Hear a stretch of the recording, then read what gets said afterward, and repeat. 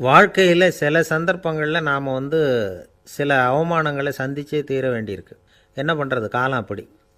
அவமானப்படுறவங்க உடனே அடங்கி போய்டுறது தான் உலக வழக்கம். அவமானப்பட்டால் உடனே சீறி எழறவங்களும் உண்டு. ஆனால் அதையே ஒரு சவாலாக எடுத்துக்கிட்டு முன்னுக்கு வர்றவங்களும் சில பேர் இருக்கிறாங்க. அவங்க ரொம்ப அபூர்வம்.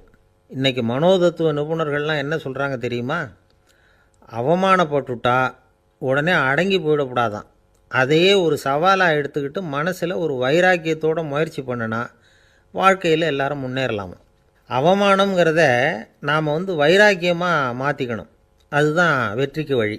ராமர் இந்த பூமியில் பிறந்ததே ஒரு வைராக்கியத்தினால தான் சார் அப்படின்னார் ஒருத்தர். எப்படிங்க அது அப்படின்னு கேட்டேன். அவர் சொன்னார், தசரதருக்கு ராமர் குழந்தையாக பிறக்கணும், அப்போ தான் இங்கே இருக்கிற கஷ்டங்கள்லாம் நீங்கும் அப்படின்னு சர்வ லோகமும் எதிர்பார்த்துக்கிட்டு இருக்குது. ஆனால் அவர் எப்போ பிறப்பார் அப்படின்னு யாருக்கும் தெரியல.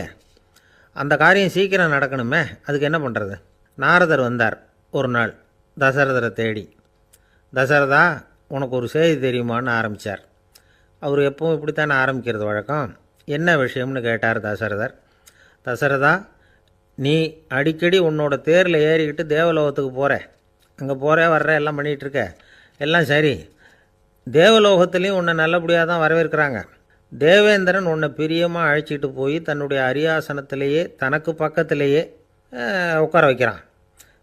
நீயும் சந்தோஷமாக உட்காந்து பேசிவிட்டு வந்துடுற. ஆனால் நீ இங்கே வந்ததுக்கு அப்புறம் அங்கே என்ன நடக்குது தெரியுமா உனக்கு அப்படின்னாரான் நாரதர். என்ன நடக்குது எனக்கு ஒன்றும் தெரியலையே அப்படின்னாரான் தசரதர். நாரதர்கிட்ட கிட்டத்தில் கேட்டிருக்கார், கொஞ்சம் சொல்லுங்கள் என்னது அப்படின்னு. அவர் நெருங்கி வந்தாரான் நாரதரும். மெதுவாக அவர் காதோட காதாக சொன்னாராம். அதாவது நம்ம பாஷையில் சொல்லப்போனால் பற்ற வைக்கிறார்.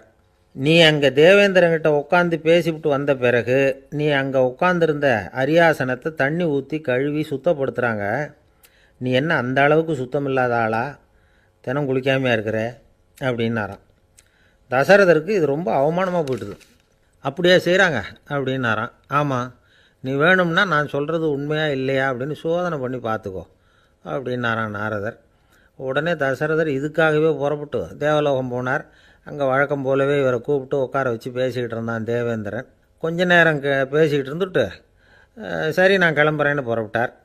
சரி, அவனும் வாசல் வரைக்கும் வழி அனுப்பி வச்சுட்டு உள்ளே போயிட்டான்.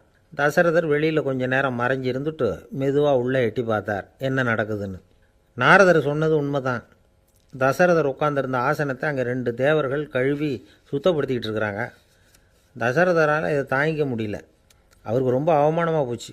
நேராக கிடுகிடுன்னு தேவேந்திரங்கிட்டே போனார். நான் உட்காந்துருந்த இருக்கையே சுத்தம் பண்ணுறியே, நான் என்ன அந்த அளவுக்கு பாவியா அப்படின்னு கேட்டார். ரொம்ப கோபமாக கேட்டார். தசரதரே, மனுஷனுக்கு 3 கடன்கள் உண்டு. தேவ கடன், ரிஷி கடன், பித்ரு கடன். இதை தீர்க்காதவன் பாவியாகிறான். இதில் மகனை பெறுவதால் தான் பித்ரு கடன் தீரும். உனக்கு மகன் கிடையாது, அதனால் நீ பாவி ஆகிற. பாவி உட்காந்துருந்த இடம்ங்கிறதுனால அதை சுத்தம் செய்ய வேண்டியது எங்கள் கடமை அப்படின்னு நானான் தேவேந்திரன். இந்த இடத்துல தசரதருக்கு ஏற்பட்ட அவமானம் ஒரு வைராக்கியமாக மாறிச்சு. தேவேந்திரனே கேட்டுக்கோ, ஒரு மகனை பெற்ற பிறகு தான் இந்த சபையில் மறுபடியும் அடி எடுத்து வைப்பேன் அப்படின்னு சொல்லிவிட்டு போயிட்டாரான். போய் புத்திர காமேஷ்டி யாகம் பண்ணார். புத்திரர்கள் பிறந்தார்கள். இந்த கதையில் உள்ள கருத்து என்னென்னா, தேவேந்திரன் தசரதரை அப்படி அவமானப்படுத்தலைன்னா அவருக்கு இப்படி ஒரு வைராக்கியம் பிறந்திருக்குமா? யோசித்து பார்க்கணும். நமக்கு ஏற்படுகிற சில அவமானங்களையும் வைராக்கியமாக மாற்றிக்குவோம். அப்படி மாற்றிக்கிட்டோம்னா வாழ்க்கையில் முன்னேறலாம். நம்ம ஆளுங்க சில பேர் அவமானத்தை வைராக்கியமாக மாற்றிக்கிறது எப்படி தெரியுமா? நம்மக்கிட்ட ஒரு பையன் சொன்னான், எங்கள் அப்பா என்னை எல்லாருக்கும் முன்னாடி வச்சு திட்டிவிட்டார், பொறுப்பு இல்லாமல் ஊர் சுற்றுறேன்னு சொல்லி அவமானப்படுத்தி விட்டார். இனிமேல் நீ என் முகத்திலேயே முழிக்காதரா போடான்னு வேற சொல்லிவிட்டார். எனக்கு ரோஷம் வந்துட்டுது. அந்த அவமானத்தை வைராக்கியமாக மாற்றிக்கிட்டேன். அன்னையிலேருந்து அவர் முகத்திலேயே முழிக்கிறதில்ல அப்படின்னா. அப்படியான்னு கேட்டோம். ஆமாங்க, அவர் வீட்டில் இல்லாத நேரமாக பார்த்து உள்ளே சமையல் கட்டுக்கு போய் சாப்பிட்டுட்டு நைஸாக வெளியில் வந்துடுவேன் அப்படிங்கிறான் அவன். ஒருத்தர் குதிரை ரேஸுக்கு போனார், பணம் கட்டினார், தோற்று போயிட்டார். மறுபடியும் போனார், பணம் கட்டினார், தோற்று போனார். அடுத்த தடவையும் பணம் கட்ட போனப்போ அவரை தடுத்து கேட்டோம், ஏன் சார் ஏற்கனவே விட்டது போதாதா, இன்னமும் இருக்கிறத விடணுமா அப்படின்னு கேட்டோம். விட்டதையெல்லாம் மொத்தமாக எடுக்க வேணாமா சார், அதுக்காக தான் தொடர்ந்து பணம் கட்டுறேன்னார் அவர். இவரை திருத்துறது ரொம்ப கஷ்டம். இது ஒரு மனநோய். மனநோய்களில் பல வகை உண்டு. மனநோய்கள் பிரிவு அட்டவணையில் சூதாட்டம்ங்கிறது அவதியுறும் நோய் அப்படிங்கிற தலைப்பில் வருது. சூதாட்டம் 2 வகைப்படும்னு சொல்கிறாங்க உளவியல் நிபுணர்கள். ஒரு வகை எப்படின்னா, நண்பர்களோடு சேர்ந்துக்கிட்டு மகிழ்ச்சியும் கிளர்ச்சியும் அடையிறதுக்காக ஈடுபடுறது. பிரச்சனைகளை தீர்க்கறதுல ஒரு ஆர்வம், கேளிக்கைக்காக கொஞ்சம் விட்டு பிடிக்கிறது அப்படிங்கிற மனுஷனுடைய அடி மனசில் உள்ள விபரீத பிணைய சுபாவம், இதெல்லாம் அதுக்கு காரணம். இன்னொரு வகை எப்படின்னா, சூதாட்டத்தில் ஈடுபட்டு ஒரு கட்டாய நிலைமைக்கு ஆளாயிடுறது. ஈடுபடு அப்படின்னு மனசு ஒரு வெறித்தன்மையை தூண்டிக்கிட்டே இருக்கும். இப்படிப்பட்டவங்களுக்கு நாம் தோத்துக்கிட்டு இருக்கோங்கிறது தெரியும், நாம் ஜெயிக்கிறதுக்கான சந்தர்ப்பம் இல்லைங்கிறதும் தெரியும். இதனால் நமக்கும் கஷ்டம், நம்ம சுற்றி இருக்கிறவங்களுக்கும் கஷ்டங்கிறதும் புரியும். அப்படி இருந்தும் சூதாடுவாங்க. இதுக்கு காரணம் சூதாடியின் பகற்கனவு அப்படிங்கிறாங்க நிபுணர்கள். இந்த நிலைமைக்கு கட்டாய சூதாட்டம் அல்லது நிர்பந்த சூதாட்டம் அப்படின்னு பேர் வச்சிருக்கிறாங்க. இப்படிப்பட்ட ஆசாமி இருக்கிறது பூரா விட்டுருவான், கடன் வாங்குவான், திருடுவான். இருந்தாலும் என்னைக்காவது ஒரு நாள் ஜெயிச்சிருவேன் அப்படின்னு சொல்லிக்கிட்டே இருப்பான். விட்டதை எடுத்துருவேங்கிற ஒரு நம்பிக்கை சுடர் அவனுக்குள்ளே எரிஞ்சுக்கிட்டே இருக்கும். இவனை மனநோயாளி அப்படின்னு சொல்லிட முடியாதான். என்ன காரணம்னா, இது மாதிரி ஆளுங்க கிட்ட மன போராட்டமோ கவலையோ பதட்டமோ இருக்கிறது இல்லை. சில விசேஷமான குணங்கள் இவங்க கிட்ட உண்டு. எதிர்ப்பு உணர்ச்சி, சிறுபிள்ளைத்தனம், சட்ட திட்டங்களையும் சம்பிரதாயங்களையும் உட தெரியாத மனப்போக்கு, பொறுப்பில்லாத தன்மை, நெறிதவறி நடக்கிறது எல்லாம் இவங்ககிட்ட உண்டு. ஆனால் வெளிப்பார்வைக்கு ரொம்ப சிநேகமாக இருப்பாங்க, அன்பாக இருப்பாங்க. அப்படி இருக்கிறதாக காட்டிக்குவாங்க. ஆதாயம், சுயலாபம் இதெல்லாம் கருதி தான் பழகுவாங்க. இவங்க கேட்குறப்ப நாம் பணம் கொடுக்கலன்னு வச்சுக்கோங்க, நம்மளை கை விட்டுருவாங்க. நம்ம மேலே அபாண்டமாக பழி சுமத்துறது கூட தயங்க மாட்டாங்க. தங்களுடைய சூதாட்ட நடவடிக்கைகளுக்கு சாதகமான காரணங்களை சொல்லிகிட்டு இருப்பாங்க. நீ வேணும்னா பாரு, ஒரே நாளில் நான் இழந்ததையெல்லாம் மீட்டு லட்சாதிபதி ஆறனா இல்லையா பாரு அப்படிம்பாங்க. தோற்று போகிறத ஒரு படிப்பினையாக இவங்க எடுத்துக்கிறதே இல்லை. தோற்று போகிறதுலேயே இவங்களுக்கு ஒரு அலாதியான சுகம். தனக்குத்தானே துன்பத்தை வரவழைச்சிக்கிட்டு இன்பம் அடையிறதுக்கு தன்வதை சுகம் அப்படின்னு பேர். இவங்கெல்லாம் அந்த ரகம். சில பேர் எப்படி தெரியுமா, மந்திர எண்ணங்களை வரவழைச்சிக்கிறது, சூதாடுறதுக்காக ஆஃபீஸில் கையாடல் பண்ணுறது, அடுத்தவங்க கிட்ட இருந்து திருடுறது. இந்த மந்திர எண்ணம் தீவிரமாச்சுன்னா ஒரு மாதிரியாக பேச ஆரம்பிச்சிருவாங்க. தோல்வி தான் சார் வெற்றிக்கு முதல் படியும்பாங்க. தன்னால் பகடக்காய்களையும் குதிரை ஓட்டிகளையும், அதாவது இந்த ஜாக்கிகள், அதெல்லாம் கட்டுப்படுத்த முடியுங்கிற பித்து நிலைக்கு இவங்கெல்லாம் தள்ளப்பட்டுருவாங்க. சில சூதாடிகளை ஆராய்ச்சி பார்த்ததுல என்ன தெரிய வந்தது தெரியுமா, அவங்கெல்லாம் குழந்தை பருவத்தில் அன்புக்காக ஏங்கினவங்களாம், புறக்கணிக்கப்பட்டவங்களாம், உதவிகளை பெற முடியாதவங்க, இப்படிலாம் இருந்திருக்கிறாங்க. இவங்க வளர வளர மற்றவங்க சௌகரியம் பற்றி அக்கறை இல்லாதவங்களாக ஆயிடுறாங்க. அதிர்ஷ்ட தேவதை தன்னோட இருக்கிறாங்க அப்படிங்கிற அசையாத நம்பிக்கை இவங்களுக்கு. இவங்களை திருத்துறது ரொம்ப கஷ்டம். அதனால் பந்தயம், சூதாட்டம் இது மாதிரியான விஷயங்களை விட்டு விலகியே இருக்கிறது தான் நமக்கு நல்லது. ஒரு ஆள் சொன்னான், என்னுடைய குதிரை வேகமாக ஓடுறதுக்கு என்ன வழி அப்படின்னு கால்நடை மருத்துவர்கிட்ட யோசனை கேட்டேன். அவர் ஒரு பாட்டில் நிறைய மாத்திரைகளை கொடுத்து தினம் 2 மாத்திரை விதமாக கொடுக்க சொன்னார். நாள் 2 மாத்திரையை கொடுத்துட்டு அது மேலே ஏறி உட்கார்றதுக்கு போனேன். அவ்வளவுதான். அதுக்குள்ளே அது அம்பு மாதிரி பாஞ்சு ஓடி போச்சு. நான் இன்னும் உட்காரவே இல்லை, அதுக்குள்ளே பாஞ்சு ஓடி போச்சு அப்படின்னா. அடடா, அப்புறம் நீங்கள் என்ன பண்ணீங்க அப்படின்னு கேட்டாங்க. என்ன பண்ணுறது, மீதி மாத்திரை பூராவே நான் முழுங்கி விட்டு அதுக்கப்புறம் துரத்தி பிடிச்சி அது மேலே ஏறி உட்காந்தேன் அப்படின்னா அவன். ஒரே ஒரு ஊரில் ஒரு ராஜா இருந்தார். அவர் பேரில் மக்களுக்கு ரொம்ப மரியாதை. அவ்வளவு நல்லா ஆட்சி புரிஞ்சுக்கிட்டு வந்தார். அவருக்கு வயசாயிட்டுது. அதனால் ஒரு நாள் அமைச்சரை கூப்பிட்டார். இதை பாருங்கள், எனக்கு வயசாயிட்டுது, அதனால் இந்த அரச பொறுப்பை எல்லாம் நீங்கள் ஏற்றுக்குங்க அப்படின்னார். அதுக்கப்புறம் ராணியை கூப்பிட்டார். வா, நாம் இனிமேல் இங்கே இருக்க வேணாம், காட்டுக்கு போய் தவம் பண்ணலாம் அப்படின்னு கூப்பிட்டார். இந்த செய்தி மக்களுக்கு அறிவிக்கப்பட்டது. மக்கள் உடனே கூட்டமாக அரண்மனைக்கு வர ஆரம்பிச்சுட்டாங்க. மன்னரை போய் பார்க்குறாங்க. அரசே, தாங்கள் எங்களுக்கு தந்தை மாதிரி. நீங்கள் காட்டுக்கு போயிட்டா நாங்கள்லாம் இங்கே எப்படி இருக்க முடியும்? எங்களுக்கெல்லாம் எந்த துன்பமும் இல்லாமல் பார்த்துக்கிட்டு வர்றீங்க. இது மாதிரியான ஒரு அரசாட்சி இல்லைன்னா மக்கள் வாழ்ந்து என்ன பயன் அப்படின்னாங்க. இருந்தாலும் என்ன பண்ணுறது, வயசாயிட்ட காரணத்தினால இந்த முடிவுக்கு வர வேண்டியிருக்குது அப்படின்னாரா ராஜா. அப்படின்னா நீங்கள் காட்டுக்கு போக வேணாம், நாங்கள் போகிறோம். நாங்கள் அங்கே போய் தவம் பண்ணுறோம், வழிபாடு பண்ணுறோம். கடவுள் வருவார், அவர்கிட்ட வரம் வாங்கிட்டு வந்துடுறோம் அப்படின்னாங்களாம். அப்படி சொல்லிவிட்டு உடனே எல்லாரும் காட்டுக்கு போனாங்க. நாட்டு மக்கள் எல்லாரும் ஒட்டு மொத்தமாக வந்து காட்டில் உட்காந்துக்கிட்டு தவம் பண்ணுறதை பார்த்தார் கடவுள். உடனே புறப்பட்டு வந்தார். எல்லாரும் இப்படி வந்து உட்காந்துருக்கிறீங்களே, என்ன வேணும் உங்களுக்கு அப்படின்னு கேட்டார். உடனே மக்கள் எல்லாரும் ஒரு குரலில் சொன்னாங்க, சுவாமி, எங்கள் மன்னன் ரொம்ப நாளைக்கு நல்லபடியாக இருக்கணும். அவர் வந்து மகிழ்ச்சியாகவும் உடல் நலத்தோடும் இருந்தாதான் நாங்கள் அமைதியாக வாழ முடியும் அப்படின்னாங்க. சரி, அதுக்கு என்ன செய்யணும் அப்படின்னார் ஆண்டவன். எங்கள் மன்னருக்கு இன்னும் ஒரு 100 வருஷம் ஆயுளை கொடுங்க அப்படின்னாங்க. அவ்வளவு தானே, சரி அப்படியே ஆகட்டும் அப்படின்னு சொல்லிவிட்டு ஆண்டவன் போயிட்டார். மக்கள் மகிழ்ச்சியோடு திரும்பி வந்தாங்க. மன்னா, கடவுள் வரம் கொடுத்துட்டார், நீங்கள் 100 வருஷம் வாழ போகிறீங்க அப்படின்னாங்க. இதை கேட்டதும் ராணி ராஜாவை வணங்கி, நான் தவம் செய்ய போகிறேன் அப்படின்னு புறப்பட்டாங்க. உடனே மக்கள் என்ன நினச்சாங்க தெரியுமா? ஐயோ, நாம் ராஜாவுக்கு மட்டும்தானே நீண்ட ஆயுள் வேணும்னு வரம் வாங்கினோம், ராணிக்கு வாங்கலையே, அதுதான் கோபத்தில் புறப்பட்டாங்க போல இருக்கு அப்படின்னு நினச்சி வருத்தப்பட்டாங்க. ஆனால் ராணி நினச்சது அது இல்லை. ராணி போய் தவம் பண்ணாங்க, கடவுள் காட்சி கொடுத்தார். இவங்க கேட்குறாங்க, சுவாமி, ராஜாவுக்கு மட்டும் 100 வருஷம் ஆயுள்னு வரம் கொடுத்துட்டீங்க, அப்படின்னா குடிமக்களும் 100 வருஷம் இருக்கணும். இப்படிப்பட்ட குடிமக்கள் இல்லைன்னா அப்படிப்பட்ட அரசன் இருந்து என்ன பிரயோஜனம் அப்படின்னாங்களாம்.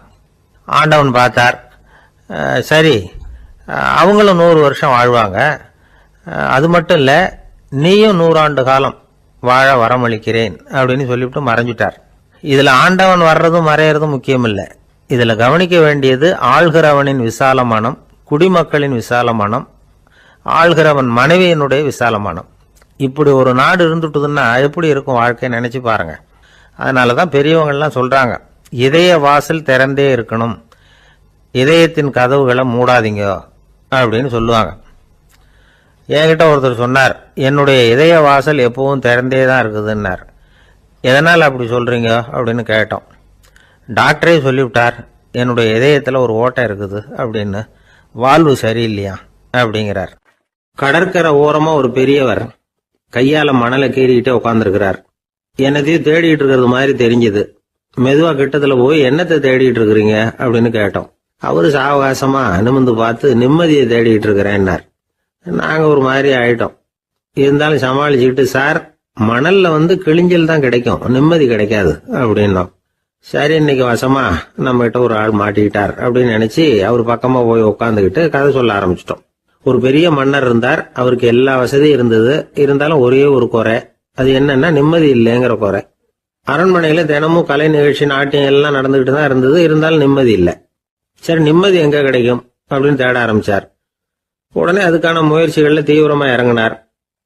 நாட்டில் உள்ள தத்துவ மேதைகளை எல்லாம் கூப்பிட்டுட்டு வர சொன்னார். எல்லாரும் வந்து சேர்ந்தாங்க. அவங்கள பார்த்து நிம்மதி எங்க இருக்குது அப்படின்னு விசாரிச்சார். அவங்களுக்கு அது தெரிஞ்சா ஏன் இப்படி ராஜா முன்னாடி வந்து நின்றுட்டு இருக்க போறாங்க? ராஜாவோட கேள்விக்கு ஒவ்வொருத்தரும் ஒவ்வொரு மாதிரி விளக்கம் கொடுக்க ஆரம்பிச்சிட்டாங்க. எந்த பதிலும் ராஜாவுக்கு திருப்தி அளிக்கக்கூடிய அளவுக்கு இல்லை. சரி, போயிட்டு வாங்கன்னு சொல்லி அவங்கள எல்லாம் அனுப்பி வச்சுட்டார். ஒரு நாள் அவர் மாளிகையில உப்பருகையில நின்றுட்டு இருக்கிறார். அந்த சமயத்துல தெருவில் ஒரு பிச்சைக்காரன் ரொம்ப உல்லாசமா பாட்டு பாடிக்கிட்டே போயிட்டு இருக்கிறான். குரல்ல ஒரு சந்தோஷம், நடையில ஒரு மிடுக்கு. அவங்ககிட்ட கொஞ்சம் கூட கவலை இருக்கிறதா தெரியல. உடனே ராஜா அதை பார்த்தார். ஏவலாளிகளை வந்து கைதட்டி கூப்பிட்டார். உடனே ஓடி போய் அந்த பிச்சைக்காரனை இங்க அழைச்சிட்டு வாங்கன்னு உத்தரவு போட்டார். இவங்க உடனே ஓடி போய் அவனை கூப்பிட்டாங்க. அரண்மனைக்கு வாழ்ந்தாங்க. அவன் வரல.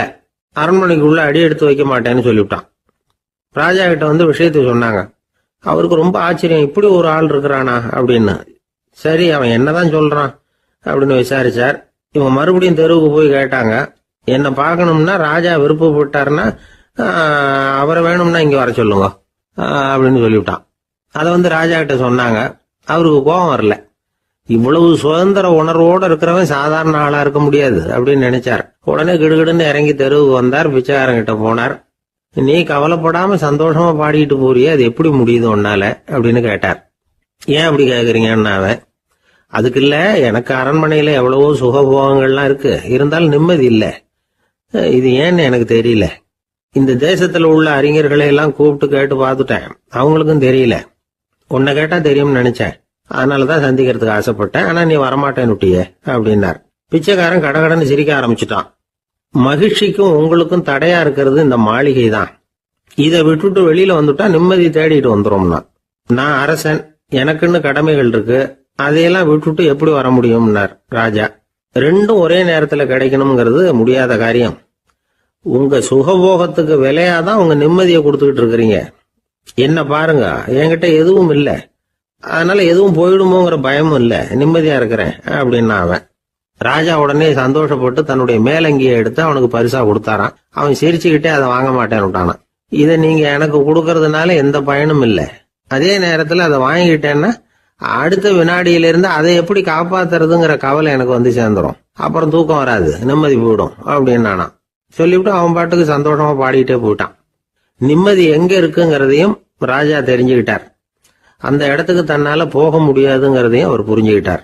இப்படி இந்த கதைய அந்த கடற்கரையில மணலை கீறிக்கிட்டே உட்கார்ந்துருந்தார அந்த பெரியவர்கிட்ட சொல்லி முடிச்சோம். அவர் முகத்துல ஒரு தெளிவு தெரிஞ்சது. எங்களை நிமிர்ந்து பார்த்தார். ரொம்ப நன்றிங்க, இப்ப எனக்கு தெரிஞ்சு போச்சு, நிம்மதி வேணும்னா அதுக்கு என்ன பண்ணணும்னு இப்ப நல்லா புரிஞ்சுக்கிட்டேன் அப்படின்னார். என்ன புரிஞ்சுக்கிட்டீங்கன்னு கேட்டோம். இனிமே இந்த பக்கம் வந்தா உங்க கண்ணுல படாத இடமா பார்த்து உட்காரணும்னு புரிஞ்சுக்கிட்டேன் அப்படின்னார். ஒரு ஆளு வேகமா நடந்து போய்கிட்டு இருந்தான். அவன் வேகமா நடக்கிறதுக்கு காரணம் வெயில் காலம், காலில் செருப்பு இல்லை, மணல் பாதை, அதுதான் வேகம். காலில் செருப்பும் இல்லாம கையில குடையும் இல்லாம அந்த ஆளு வெயில்ல நடந்து போய்கிட்டு இருக்கிறான். அந்த சமயத்துல இன்னொருத்தன் குதிரை மேல ஏறி அந்த வழியா வந்துகிட்டு இருக்கிறான். அவன் காலில் செருப்பும் இருந்தது, கையில குடையும் இருந்தது. நடந்து போய்கிட்டு இருந்தவன் அந்த குதிரை ஆசாமியை பார்த்து கேட்டான், ஐயா, நீங்களும் குதிரை மேல உட்காந்துக்கிட்டு போய்கிட்டு இருக்கிறீங்க, அப்படி இருக்கிறப்போ உங்களுக்கு அந்த செருப்பு என்னத்துக்கு, அதை எனக்கு கொடுத்து உதவலாமே அப்படின்னா. குதிரை மேல உட்காந்துருந்தவன் யோசனை பண்ணி பார்த்தான். இவன் சொல்றது நியாயம்தானே அப்படின்னு சொல்லி தன்னுடைய செருப்பை கழட்டி அந்த வழிப்போக்கனுக்கு கொடுத்துட்டான். ரொம்ப நல்லதுங்க அப்படின்னு சொல்லி இவன் அதை வாங்கி காலில் மாட்டிக்கிட்டான். அதுக்கப்புறம் மறுபடியும் இவன் ஆரம்பிச்சான், ஐயா, நீங்க குதிரையில போறதுனால போக வேண்டிய இடத்துக்கு வேகமா போய் சேர்ந்துருவீங்க, அதனால உங்க கையில் அந்த குடை என்னத்துக்கு, நான் நடந்து போயிட்டு இருக்கிறவன், ரொம்ப நேரம் நடக்க வேண்டியிருக்கும் இந்த வெயில்ல, அதனால அந்த குடையையும் எனக்கு கொடுங்களேன் அப்படின்னா. குதிரை வீரன் யோசனை பண்ணி பார்த்தான். இதுவும் நியாயம்தானே அப்படின்னு அவனுக்கு தோணுச்சு. உடனே இறக்கப்பட்டு தன் காலில் இருந்த செருப்பை கொடுத்தது மாதிரியே தன் கையில் இருந்த கொடையையும் இவங்கிட்ட கொடுத்துட்டான். அதுக்கப்புறம் அவன் நிம்மதியாக புறப்பட்டான். இப்போ மறுபடியும் கை தட்டி அவனை நிறுத்தினான். கீழே நின்றுட்டு இருந்தவன், என்னப்பா ஏன் என்ன நிறுத்தின, இன்னும் ஏதாவது வேணுமா உனக்கு அப்படின்னா குதிரையில் இருந்தவன். இவன் மெதுவாக வாயை திறந்து அந்த குதிரையையும் என்கிட்ட கொடுத்துருங்களேன்னா. அந்த குதிரை வீரன் இப்போ ஒரு கணம் யோசனை பண்ணி பார்த்தான். உடனே என்ன பண்ணான் தெரியுமா, தன்கிட்ட இருந்த குதிரை சவுக்கை எடுத்தான். குதிரை சவுக்கால அந்த ஆளை வாங்குவாங்கன்னு வீசி தள்ளிவிட்டான். இவ்வளவு சவுக்கடியும் வாங்கிக்கிட்டு இந்த ஆள் என்ன பண்ணான் தெரியுமா, சிரிக்கிறான். அடி வாங்கிட்டு யாராவது சிரிப்பாங்களா? குதிரை வீரனுக்கு ஒன்றும் புரியல. என்னப்பா அது, ஏன் இப்படி அடி வாங்கிட்டு இப்படி சிரிக்கிறியே அப்படின்னு கேட்டான். இப்ப அந்த வழிப்போக்கன் சொல்றான், ஐயா, நான் இப்படி சிரிக்கிறதுக்கு காரணம் இருக்கு. இப்படி குதிரை கேட்டு உங்ககிட்ட அடி வாங்கலேன்னு வச்சுக்கோங்க, என் உயிர் உள்ள வரைக்கும் மனசுல ஒரு தவிப்பு இருந்துகிட்டே இருக்கும். செருப்பையும் கொடையையும் கேட்ட உடனே கொடுத்தவன் குதிரையையும் கேட்டிருந்தா கொடுத்துருப்பானோ அப்படிங்கிற பேராசையில ஏங்கிக்கிட்டே இருந்திருப்பேன். இப்போ உங்ககிட்ட அடி வாங்கின பிறகு என்னுடைய அந்த சந்தேகம் தீர்ந்து போச்சு. என்னுடைய ஆசைக்கு எல்லை எது அப்படிங்கிறத எனக்கு புரிஞ்சுட்டுது அப்படின்னு சொல்லிவிட்டு அவன் நடக்க ஆரம்பிச்சுட்டானான். ஆசைக்கும் எல்லை உண்டு அப்படிங்கிறத விளக்கறதுக்காக வாரியார் சுவாமிகள் சொல்ற கதை இது. இந்த காலத்திலயும் ஒருத்தன் அது மாதிரி கொடை செருப்போட குதிரையில போய்கிட்டு இருந்தான். எதிரில் நடந்து வந்தவன், ஐயா, உங்க கொடையை எனக்கு கொடுங்களேன்னு கேட்டான். உடனே அவன் குதிரையிலிருந்து கீழே குதிச்சு அவனை சாட்டையால் அடிக்க ஆரம்பிச்சுட்டான். இன்னொருத்தர் அந்த வழியா வந்தவர் இதை பார்த்தார். ஏன்பா, அவன் கேட்டான், உன்னால முடியலன்னா இல்லைன்னு சொல்லிட வேண்டியது தானே, அதுக்காக ஏன் இப்படி அவனை போட்டு அடிக்கிறேன்னு கேட்டார். உங்களுக்கு விவரம் புரியாது சார், காலம் ரொம்ப கெட்டு போச்சு, கேட்டதை கொடுத்தேன்னு வச்சுக்கோங்க, இந்த குதிரையே என்னோடது, அவன் திருடிக்கிட்டு போறான் அப்படின்னு என் பேர்ல புகார் கொடுக்க ஆரம்பிச்சிருவான் சார் அப்படின்னா. அது எப்படி அவ்வளவு உறுதியா சொல்றேன்னு கேட்டார் அவரு. ஏற்கனவே அது மாதிரி ஒருத்தன் பேர்ல புகார் கொடுத்துட்டு தான் இந்த குதிரையை நான் தள்ளிட்டு வந்துகிட்டு இருக்கிறேன் அப்படின்னார். ராமகிருஷ்ணர் வாழ்ந்த காலத்துல நடந்த ஒரு நிகழ்ச்சி இது. அப்போ ஒரு ஓவியர் இருந்தாராம். அவருக்கு ஒரு ஆசை, ராமகிருஷ்ணர் படத்தை வரையணும். அதை அவர்கிட்டயே கொண்டுட்டு போய் காட்டி அபிப்பிராயம் கேட்கணும். இதுதான் அந்த ஓவியரின் ஆசை. உடனே ராமகிருஷ்ணர் படத்தை வரைஞ்சி முடித்தார். அதை எடுத்துக்கிட்டு போனார். இவர் போன சமயம் அங்கே ராமகிருஷ்ணர் சீடர்களோடு உட்காந்துருக்கிறார். விவேகானந்தர் அங்கே இருக்கிறார்.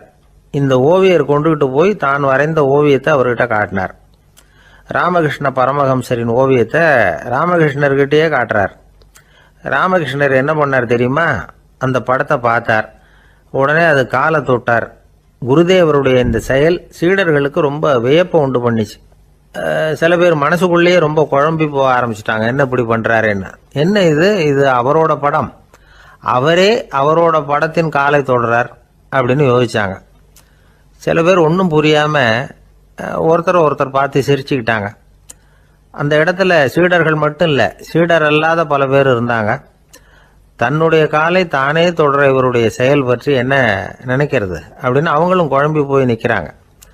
அந்த படத்தை வரைஞ்சி அவர்கிட்ட காட்டின அந்த ஓவியருக்கும் அதிர்ச்சி. இருந்தாலும் அவர் சீடர் கிடையாது. அதனால் கொஞ்சம் துணிச்சலை வர வச்சுக்கிட்டு கேட்டார், என்னங்க இது? என்னால் என்னுடைய கண்களையே நம்ப முடியல. இது உங்கள் சொந்த உருவப்படம். நீங்கள் உங்கள் சொந்த கால்களையே தொடுறீங்க. இது எங்களுக்கு கொஞ்சம் சங்கடமாக இருக்குதே அப்படின்னார். ராமகிருஷ்ணரின் கண்களில் ஆனந்த கண்ணீர் வழிஞ்சுதான். அவர் சொன்னாராம், இது என்னோட படம்ங்கிறது எனக்கு தெரியும். ஆனால் இது என்னோட படம்ங்கிறதுனால நான் இதோட காலை தொடலை. நீ என்னுடைய சமாதி நிலையை இந்த படத்தில் படம் பிடிச்சி காட்டியிருக்கிற, அதனால் அதோட காலை தொடறேன். சமாதி நிலையில் யார் இருந்தாலும், அது என்னுடைய படமாக இருந்தாலும் சரி அல்லது வேற யாருடைய படமாக இருந்தாலும் சரி, படம் யாருதுங்கிறது முக்கியம் இல்லை. இதில் எது முக்கியம்னா அது தன்னை உணர்ந்த ஒரு உணர்நிலையின் படம். அப்படி இருக்கிறப்போ அதோட காலை நான் தொடணும். அதுக்கு நீங்கள் எல்லாரும் ஏன் சங்கடப்படுறீங்கன்னு எனக்கு தெரியல அப்படின்னாராம். இப்போ தான் அங்கே இருந்த சீடர்களுக்கும் மற்றவங்களுக்கும் விவரம் புரிஞ்சுதான். இதுக்கு முன்னாடி யாரும் செய்யாததை இவர் செஞ்சிருக்கிறார். ஆனால் அவருடைய காரணம் ரொம்ப நியாயமானது அப்படிங்கிறத உணர்ந்தாங்களாம். இதுவரைக்கும் ஆன்மீகத்தில் சமாதி நிலை, அதாவது தன்னை உணர்ந்த நிலை பற்றி புரிஞ்சுக்கிட்டோம். இல்லறத்தில் ஏற்படக்கூடிய சமாதி நிலை பற்றி உங்களுக்கு தெரியுமா? ஒரு அம்மா டாக்டர்கிட்ட வந்து சொன்னாங்களாம், டாக்டர், என் வீட்டுக்காரருக்கு உடம்புல ஏதோ கோளாறுன்னு நினைக்கிறேன். நான் எவ்வளவு நேரம் பேசினாலும் காதில் விழாதது மாதிரி உட்கார்ந்துருக்கிறார் அப்படின்னு ஆகலாம். அதுக்கு அந்த டாக்டர் சொன்னாராம், அம்மா, அது உடம்பு கோளாறு இல்லை, அது ஒரு பெரிய திறமை அப்படின்னாராம். ஒரு மனுஷனுக்கு 3 விதத்தில் கர்வம் உண்டாகிறதுக்கு வாய்ப்பு உண்டு. பணம், பதவி, புகழ். பணம் அதிகமாக வந்தால் கர்வம் வரலாம். பதவி பெருசாக வந்துட்டுதுன்னா கர்வம் வரலாம். புகழ் அதிகமாக போனாலும் கர்வம் வரலாம். இந்த 3 வகையான கர்வத்துக்கும் இடம் கொடுக்காம இருக்கிறாங்க பாருங்க, அவங்க தான் சிறந்த மனிதர்கள். ஒரு பெரிய பொறுப்பில் இருக்கிறவங்களுக்கு கர்வம் வந்துடக்கூடாது. அப்படி வந்துட்டுதுன்னா அது எல்லாருக்கும் இடைஞ்சல். ஒரு ராஜா இருந்தார். அவர் ஒரு நாள் தன்னுடைய தலைநகரத்தை சுற்றி வந்துக்கிட்டு இருந்தார். ஒரு இடத்துல ஒரு அழகான நிலத்தை பார்த்தார். ஆஹா, இந்த இடத்துல நமக்குன்னு ஒரு மாளிகையை கட்டினா எவ்வளோ நல்லா இருக்கும் அப்படின்னு நினச்சார். ராஜா நினச்சா அது முடியாத காரியமா? சரி, இந்த நிலம் யாருக்கு சொந்தம்னு விசாரிங்க அப்படின்னார் பக்கத்தில் இருந்தவங்கக்கிட்ட. அவங்கெல்லாம் ஓடி போய் விசாரித்தாங்க. அந்த இடம் ஒரு வயசான கிழவிக்கு சொந்தம், வயசான அம்மாவுக்கு சொந்தமாக. அந்த அம்மா தான் அதில் ஒரு குடிசையை போட்டு குடியிருந்துகிட்டு இருக்கிறாங்க. சரி, அந்த நிலத்துக்கு ஒரு விலையை நிர்ணயம் பண்ணி அதை அந்த வயசான அம்மா கிட்ட கொடுத்துருங்கோ அப்படின்னு உத்தரவு போட்டார் ராஜா. ஆனால் அந்த அம்மா, இது எங்கள் பூர்வீக இடம், இதை விற்க மாட்டேன் அப்படின்னு சொல்லிவிட்டுது. சரி, 2 பங்கு விலை கொடுக்குறோம்னு சொல்லி பாருங்க அப்படின்னாங்க. அப்படியே சொன்னாங்க அரண்மனை ஆட்கள். அதுக்கும் சம்மதிக்கலை அந்த அம்மா. இதை கேள்விப்பட்டதும் ராஜாவுக்கு கோபம் வந்துட்டுது. தன்னுடைய ஆளுங்களை கூப்பிட்டார். போய் அந்த குடிசையை பிரித்து எறிங்க, காசெல்லாம் ஒன்றும் கொடுக்காதீங்க அப்படின்னு கத்தினார். அவ்வளோதான். அடுத்த நிமிஷம் அரண்மனை ஆசாமிகள் போனாங்க, குடிசையை பிரித்து எரிஞ்சாங்க. அந்த வயசான அம்மா இருக்கு, அதுவும் அந்த இடத்த விட்டு துரத்தி விட்டாங்க. அந்த இடத்துல ஒரு அரச மாளிகையை கட்டி முடிச்சிட்டாங்க. அந்த வயசான அம்மா பாவம், ராஜாவே இப்படி பண்ணால் யாருக்கிட்ட போய் முறையிட முடியும்? ஒரு ஞானி இருந்தார், அவர்கிட்ட போய் சொன்னாங்க. அவர் இவங்க சொன்னதை கேட்டு மனசில் வச்சுக்கிட்டார். ஒரு நாள் அந்த ராஜாவே இந்த ஞானியை கூப்பிட்டார். புதுசாக ஒரு மாளிகை கட்டியிருக்கிறேன், வந்து பாருங்கன்னு. சரின்னு சொல்லி இந்த பெரியவர் ஒரு நாள் இந்த மாளிகைக்கு போனார். சும்மா போகல, ஒரு கழுதையையும் ஓட்டிகிட்டு போனார். கொஞ்சம் சாக்குகள், வெத்து சாக்கு, அதையும் எடுத்து கழுதை முதுகில் போட்டு கழுதையை ஓட்டிகிட்டு போகிறார். ராஜா பார்த்தார். அவருக்கு இது ஆச்சரியமாக இருந்தது. என்ன இது மாளிகைக்கு வந்துட்டு போங்கன்னு கூப்பிட்டா கழுதை சாக்கு இதெல்லாம் கொண்டு வராரு, ஒன்றும் புரியலையேன்னு நினச்சார். எதுக்காக இதெல்லாம்னு கேட்டார். அரசருடைய தோட்டத்திலேருந்து கொஞ்சம் மண் எடுத்துகிட்டு போகிறதுக்கு ஆசைப்பட்றேன், அதுக்கு நீங்கள் அனுமதி கொடுக்கணும் அப்படின்னாரு இவர். இது என்ன வேடிக்கையான கோரிக்கையாக இருக்குது அப்படின்னு நினச்சார் ராஜா. இருந்தாலும் மண்ணு தானே கேட்குறாரு, எடுத்துகிட்டு போகட்டுமே அப்படின்னு நினச்சார். சரின்னு அனுமதி கொடுத்தார். அந்த பெரியவர் தோட்டத்துக்கு போனார், மண்ணை வெட்டினார், சாக்கில் போட்டு நிரப்புனார். ராஜாவை கொஞ்சம் கிட்ட வாங்கன்னு கூப்பிட்டார். இந்த மண் மூட்டையை தூக்கி கழுதையோட முதுகில் வைக்கணும், கொஞ்சம் உதவி பண்ணுங்கன்னார். ஓ பண்ணுறேனே அப்படின்னு சொல்லி ராஜா கிட்ட போனார். மூட்டையை தூக்கி பார்க்குறாரு, முடியல, திணறி போயிட்டார். இப்போ அந்த ஞானி பேசினாராம். அரசே, இந்த ஒரு சாக்கு மண்ணையே உங்களால் தூக்க முடியல, அந்த கிழவிகிட்ட இருந்து அந்த அக்கிரமமாக அபகரித்த இந்த தோட்டம் பூராவையும் சுமக்கணும்னு ஆசைப்படுறீங்களே, அது உங்களால் முடியுமா அப்படின்னு கேட்டாராம். ராஜா யோசனை பண்ண ஆரம்பித்தார். தன்னுடைய செயலுக்காக வருத்தப்பட்டாராம். அந்த வயசான அம்மாவை உடனடியாக வரவழைச்சார். தாயே, தப்பு பண்ணிட்டேன், என்னை மன்னிச்சுக்குங்க, இன்னையிலேருந்து இந்த மாளிகையும் தோட்டமும் உங்களுக்கு தான் சொந்தம் அப்படின்னு சொல்லிவிட்டாராம். போகிறப்ப இந்த உலகத்திலேருந்து எண்ணத்தை எடுத்துகிட்டு போக போகிறோம், அதனால் ரொம்பவும் அலட்டிக்க வேண்டியதில்லை, கர்வப்பட வேண்டியதில்லை அப்படிங்கிறது ஒரு பெரிய உபதேசம். ஒரு பெரிய மனுஷன் சாக கிடந்தார், ரொம்பவும் அழுதார். ஏன் அழறீங்க அப்படின்னு கேட்டாங்க சுற்றி இருந்தவங்க. நான் சாகிறதுக்காக கவலைப்படலை, நான் நம்ம ஜனங்களுக்காக எவ்வளவோ காரியம்லாம் செஞ்சுக்கிட்டு வந்தேன். நான் செஞ்சுக்கிட்டு வந்த சேவையை இனிமேல் யார் செய்ய போகிறாங்க, அது யாரால முடியும், அதை நினச்சி தான் அழறேன் அப்படின்னாராம். ஒருத்தர் முன்னாடி வந்தார். அதுக்காக நீங்கள் கவலைப்படாதீங்க, உங்கள் சேவையை தொடர்ந்து செய்யறதுக்கு என்ன மாதிரி இளைஞர் பட்டாளம் தயாராக இருக்குது, இருந்தாலும் எங்கள் கவலை என்னன்னா அப்படின்னு இழுத்தார். என்ன சொல்லுங்கன்னு கேட்டார் அவர். நீங்கள் இதுவரைக்கும் என்ன சேவை செஞ்சுக்கிட்டு வந்தீங்க, அதுதான் எங்களுக்கு இன்னமும் புரியாத புதிராக இருக்குது அப்படின்னாராம் அவர். ஒரு நண்பர் சினிமா படம் தயாரிக்கிறவர், அவர்கிட்ட ஒரு நாள் பேசிக்கிட்டு இருந்தேன். அது எப்படி சார், நீங்கள் எடுக்கிற எந்த படமும் கையை கடிக்காத அளவுக்கு எடுத்துடுறீங்களே, அது எப்படின்னு கேட்டேன். அது ஒன்றும் பெரிய விஷயம் இல்லை சார், பெண்களுக்குன்னு சில உருக்கமான காட்சிகள், இளைஞர்களுக்குன்னு சில நடனங்கள், அடிதடி காட்சிகள், அப்புறம் வயசானவங்களுக்குன்னு சில ஆன்மீக காட்சிகள், சின்ன பிள்ளைங்களுக்கு சிரிப்பு, இப்படி எல்லாமும் சேர்த்து நான் படம் எடுக்கிறேன். மசாலா படம்னு பேர். இது ரொம்ப பெருசாக இல்லைன்னாலும் ஓரளவுக்கு சுமாராக ஓடிரும், கையை கடிக்காது அப்படின்னார். இது ஒரு உத்தி. சில பத்திரிகை ஆசிரியர்களும் இந்த உத்தியை கையாளுறது உண்டு. இந்த உத்திக்கு பார்னம் உத்தி அப்படின்னு பேர், பார்னம் எஃபெக்ட் அப்படின்னு சொல்லுவாங்க. அதாவது ஃபீனியஸ் டி பார்னம் அப்படின்னு ஒருத்தர் அமெரிக்காவில் இருந்தாராம். அதாவது 19ஆம் நூற்றாண்டில் அமெரிக்காவில் கொடிகட்டி பறந்த ஒரு சர்க்கஸ் நிறுவனத்தின் அதிபர் அவர். இந்த உலகத்தில் ஒவ்வொரு நிமிஷமும் ஒரு ஏமாளி பறந்துகிட்டே இருக்கிறான் அப்படிங்கிறது அவருடைய சித்தாந்தம். ஒவ்வொருத்தரையும் திருப்திப்படுத்துகிற அளவுக்கு அம்சங்களை கொஞ்சம் கொஞ்சமாக கலந்து கேளிக்கை நிகழ்ச்சிகளை நடத்தினது தான் அவருடைய மகத்தான வெற்றிக்கு காரணம். அதனால் அந்த உத்தியை யார் கடைப்பிடிச்சாலும் சரி, அதுக்கு பார்னம் உத்தி அப்படின்னு பேர் வந்துட்டுது. ஜோசியம் சொல்கிறவங்களுக்கும் இந்த உத்தி தான் கை கொடுக்குது. ஒரு விஷயத்த ஒருத்தருடைய கோள் நிலைகள் அல்லது கையெழுத்து நிரூபிக்கிறதாக அவர்கிட்ட சொன்னால் அதை அவர் நம்பிவிடுவார். ஆனால் அந்த விஷயம் நல்லதாக இருக்கணும், நேர்மையானதாக இருக்கணும், அதாவது பாசிட்டிவாக இருக்கணும். 8ஆம் இடத்துல குரு, 9ஆம் இடத்துல சனி, நீங்கள் ஒரு பெரிய மேதை தான் அப்படின்னு சொல்லுவாங்க. கேட்குறவங்களுக்கு அதை மறுக்கிறதுக்கு மனசு வராது.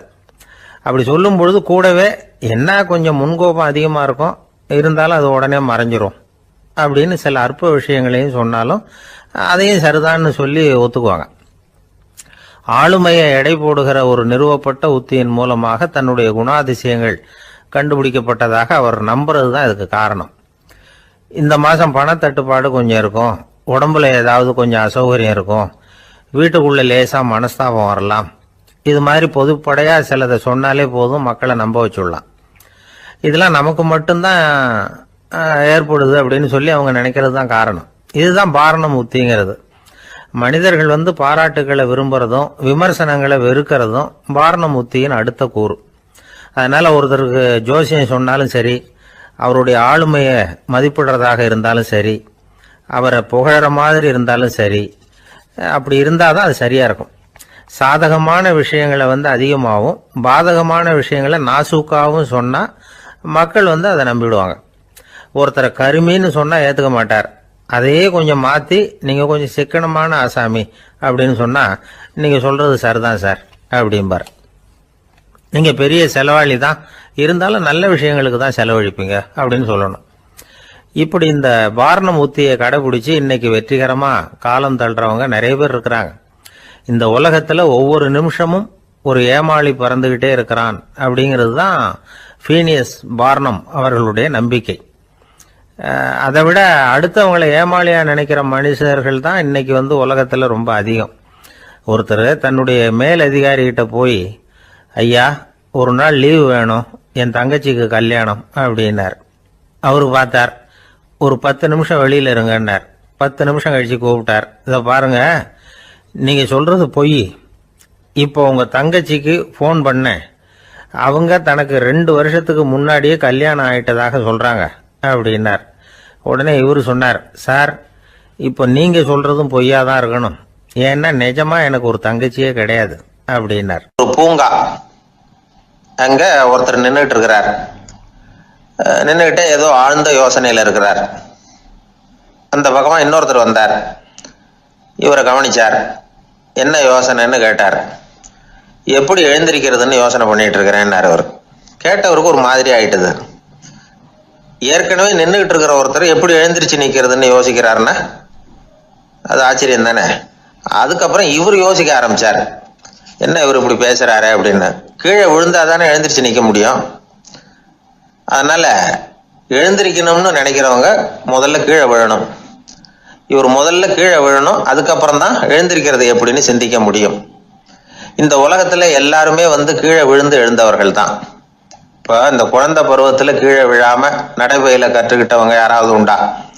சின்ன வயசுல ஒரு தடவை கூட கீழே விழல சார், அப்படியே பிறந்தார் வளர்ந்தார் பெரியவர் ஆயிட்டார் அப்படின்னு யாரையும் சொல்ல முடியாது. அதனால மனுஷங்கிறவன் விழுந்து புரண்டு எழுந்து தான் நடக்க கத்துக்கிறான். ஒரு உண்மையை நாம எல்லாரும் புரிஞ்சுக்கணும். இந்த உலகத்துல தவறு செய்யாத மனிதர்களே யாரும் கிடையாது. அப்படி இருக்கிறப்போ எப்போதாவது நாம தவறு பண்ணிவிட்டோம்னா அதுக்காக மனசு உடைஞ்சு போயிடக்கூடாது, வாழ்க்கையில வெறுப்பு வந்துடக்கூடாது.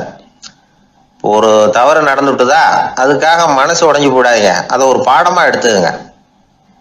அதே தவறு மறுபடியும் நடக்காம வேணும்னா பாத்துக்கலாம், அது போதும். தடைக்கல்ல படிக்கல்லாம் மாத்திக்கணும், இதுதான் இதுல முக்கியம். ஒரு அலுவலகம், அங்க ஒரு அதிகாரி, அவர் உயர்ந்த பதவியில் இருந்தார், சிறந்த நிர்வாகின்னு பேர் வாங்கினவர். அவர் தனக்கு கீழே வேலை செய்யறவங்க கிட்ட எல்லாம் சொல்லுவாராம், இந்த நிறுவனத்துல நீங்க எத்தனை தடவை வேணும்னாலும் தவறுகள் செய்யலாம், ஆனா ஒரே விஷயம் என்னன்னா ஒரே தவறை மறுபடியும் செய்யக்கூடாது, அது முக்கியம் அப்படின்பாராம். இதை மேம்போக்கா பார்த்தா அவர் ஏதோ தன்னுடைய ஊழியர்களை தவறு செய்ய தூண்டுறது மாதிரி தெரியும். ஆனா உண்மை அப்படி இல்லை. இன்னைக்கு என்ன நடக்குது தெரியுமா? அநேகமா எல்லா மனிதர்களுமே ஒரே தவறை தான் மறுபடியும் மறுபடியும் செய்யறாங்க. விளையாட்டு வீரர்கள் ஒரே மாதிரியான தவறுகளை திரும்ப திரும்ப செய்யறது உண்டு. கணக்கு எழுதுறவங்கள பாருங்க, ஒரே தப்ப மறுபடியும் மறுபடியும் செய்வாங்க. அலுவலகம் வருகிறவர்களை கவனிங்க, ஒரு நாள் தாமதமா வந்தா பரவாயில்ல, தினமும் தாமதமா வருவாங்க. இது மாதிரி செய்த தவறையே திரும்ப திரும்ப செய்யறதுக்கு என்ன காரணம் அப்படின்னா சோம்பல், ஞாபக மறதி, கவனக்குறைவு, தன்னுடைய திறமை பேர்ல அளவுக்கு மீறிய நம்பிக்கை, இப்படி இதுல ஏதாவது ஒரு காரணமா இருக்கலாம் அப்படிங்கிறாங்க இது பற்றி ஆய்வு செய்கிற வல்லுநர்கள். ஒரு தடவை செஞ்ச தவிர மறுபடியும் செய்யறது இல்லைன்னு முடிவு செஞ்சுக்கிட்டு அதை செயல்படுத்த கத்துக்கணும், அது போதும், வாழ்க்கை வெற்றிகரமா அமையும் அப்படிங்கிறாங்க அந்த அனுபவசாலிகள். அதனால வெற்றிகரமா வாழ்க்கையில நடைபோட விரும்பும் இளைஞர்கள் தவிர்க்க வேண்டியது என்னன்னா, முதல்ல சோம்பலை தவிருங்கள், சுறுசுறுப்பாக இயங்குங்கள் அப்படிங்கிறது அவங்க அறிவுரை.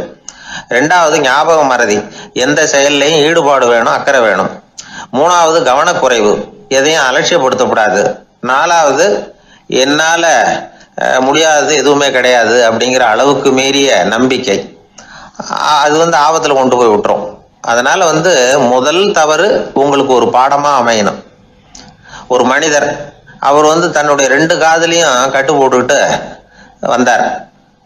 அவருடைய நண்பர் அதை கவனிச்சுட்டார். என்ன சார் ஆச்சு, 2 காதுலையும் கட்டு போட்டுருக்கீங்களே அப்படின்னு விசாரிச்சார். ஒண்ணுமில்ல சார், வீட்டில் ரொம்ப ஆர்வமாக டிவியில் கிரிக்கெட் மேட்ச் பார்த்துக்கிட்டு இருந்தேன். அப்போது என்னுடைய மனைவி துணிகளுக்கு அயர்ன் பண்ணிகிட்டு இருந்தாங்க. அயர்ன் பாக்ஸை அப்படியே வச்சுட்டு அடுப்பங்கரைக்கு போயிட்டாங்க. அந்த சமயம் பார்த்து டெலிஃபோன் பண்ணி அடிச்சுது. அவசரமாக ஓடி போய் அதை எடுத்து காதில் வச்சேன். அப்போ தான் தெரியும் அது அயர்ன் பாக்ஸுங்கிற விஷயம். சூடாக இருந்ததா, சுட்டு விட்டுது அப்படின்னாரு. ஒரு காது சரி சார், 2 காதும் ஏன் அப்படி ஆச்சு அப்படின்னு கேட்டார். அதே ஆள் மறுபடியும் ஃபோன் பண்ணா சார் அப்படின்னாரு. இவர் எவ்வளவு தூரம் யோசிச்சிருப்பாரு பாருங்க. அதனால ஒரு தவறு மறுபடியும் நடக்கக்கூடாது. முதல் தவறு உங்களுக்கு ஒரு பாடமாக அமையட்டும் அப்படிங்கிறது தான் இதுல இருந்து நாம தெரிந்து கொள்ள வேண்டிய கருத்து. அதனால தவறுகள் அதெல்லாம் தடைக்கெல்லாம் நினைக்க வேண்டாம், படிக்கெல்லாம் நினைப்போம். அப்படி நினைச்சோம்னா வாழ்க்கையில வெற்றி நிச்சயம். வாழ்க்கையில வெற்றி பெற என்ன வழி? இது ஒரு முக்கியமான கேள்வி.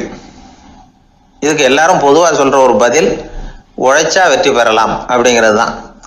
வாழ்க்கையில வெற்றி பெற உழைப்பு மட்டும் இருந்தா போதாது, நேர்மையும் வேணும் அப்படிங்கிறார் பால் ஹாஃப்மேன். இவர் யார் தெரியுமா? இவர் ஒரு பெரிய பொருளாதார நிபுணர். 2வது உலகப் போர் முடிஞ்ச சமயம் அப்போ இவர் அமெரிக்காவின் நிதி ஆலோசகராக இருந்தார். தன்னுடைய வாழ்க்கையில நடந்த பழைய நிகழ்ச்சி ஒன்று அவர் சொன்னார். இளம் வயசுல படிச்சு முடிச்சதும் அவர் வேலை தேடிக்கிட்டு இருந்தாராம்.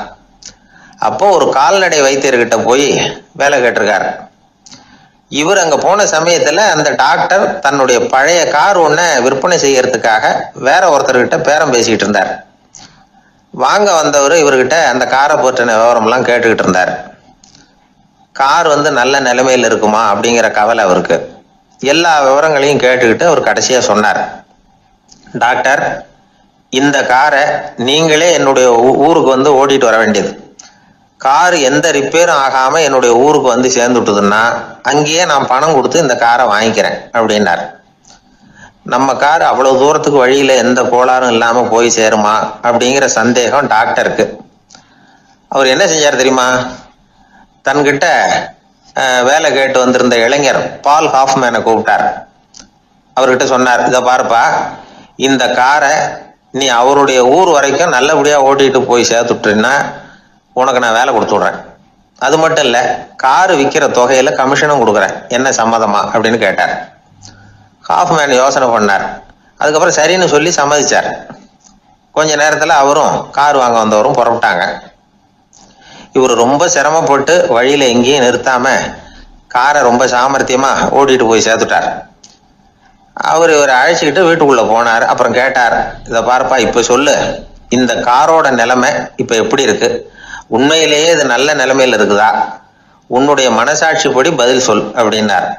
இவரும் உடனே காரு நல்ல நிலைமையில தான் இருக்கு அப்படின்னு சொல்றதுக்கு வாயை திறந்தார்.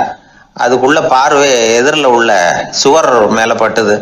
அங்க இயேசுநாதர் படம் ஒன்று மாட்டியிருந்தாங்க. அதுக்கு அடியில் எழுதியிருந்த வாசகம் என்னன்னா, நீ பேசும் ஒவ்வொரு வார்த்தையையும் இயேசு கவனித்துக் கொண்டிருக்கிறார் அப்படின்னு இருந்தது. அந்த வரிகளை பார்த்தார். உடனே காரு சரியில்லை அப்படிங்கிற உண்மையை சொல்லிவிட்டார். இவர் இப்படி சொன்னதும் அவர் இவரை ரொம்ப ஆச்சரியமா பார்த்தார். இவர்கிட்ட இருந்த நேர்மை அவரை சிந்திக்க வச்சது. உன்னுடைய நேர்மையை பாராட்டுறேன், உனக்கு கமிஷன் கிடைக்கணுங்கிறதுக்காகவே நான் இந்த காரை வாங்கிக்கிறேன்னார். இப்போ அவர் திகைச்சு போய் நின்னார். மறுபடியும் அவர் சொன்னார், நீ காரை ஓட்டிட்டு வரும்பொழுதே உன்னுடைய திறமையை பார்த்தேன், உனக்கு விருப்பம் இருந்தா நீ என்கிட்டயே வேலைக்கு சேர்ந்து விடலாம் அப்படின்னார். பால் ஹாஃப்மேன் அவர்கிட்ட வேலைக்கு சேர்ந்தார். படிப்படியா முன்னேறினார். கடைசியில பாத்தீங்கன்னா அமெரிக்காவுடைய நிதி ஆலோசகரா ஆனார். அதுக்கப்புறம் அவர் அந்த பழைய சம்பவத்தை எப்பவும் மறக்கிறது இல்லை, அடிக்கடி சொல்றது உண்டு. அதனால இதுல இருந்து நாம தெரிஞ்சுக்க வேண்டியது என்னன்னா, வாழ்க்கையில முன்னுக்கு வரணும்னா உழைப்பு மட்டும் போதாது, நேர்மையும் வேணும். ஆனா இந்த காலத்துல சிலருடைய நேர்மை நமக்கு ஆச்சரியமா கூட இருக்கும். ஒருத்தர் புஸ்தக கடை வச்சிருந்தார். ரொம்ப நேரமா தேடி ஒரு புத்தகத்தை கையில் எடுத்தார். அதுக்கு பில் போட சொன்னார். அந்த புத்தக கடைக்கு வந்த இன்னொருத்தர் பில் போடுறவர், சார், இந்த புத்தகம் மகா அறுவை, மகா மட்டம், இது வேணாம், உங்களுக்கு வேற ஏதாவது ஒண்ணு பாருங்கன்னார். புத்தக கடை வச்சிருக்கிறவரே இப்படி சொன்னார். வாங்க வந்தவர் இவர் ஆச்சரியமா பார்த்தார். உங்க நேர்மையை பாராட்டுறேன், அது சரி, இந்த புத்தகத்தை ஏற்கனவே நீங்க படிச்சு பார்த்துட்டீங்களான்னு கேட்டார்.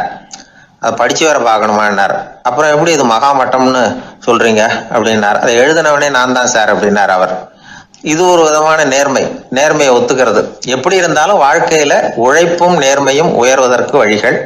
உழைப்பை விட நேர்மை முக்கியம் அப்படிங்கிறத புரிந்து கொண்டால் வாழ்க்கையில வெற்றி நிச்சயம். இன்பம் துன்பம் இது ரெண்டும் சேர்ந்தது தான் வாழ்க்கை. இது எல்லாரும் சொல்லிகிட்டு இருக்கிற ஒரு உண்மை. அது சரி, இது ரெண்டும் வர்றதுக்கு என்ன காரணம்? துறவி ஒருத்தர் யோசிச்சு பார்த்துருக்கார். இன்ப துன்பம் தோன்றுவதற்கு முக்கியமாக 6 காரணங்கள் உண்டு அப்படிங்கிறார் அவர்.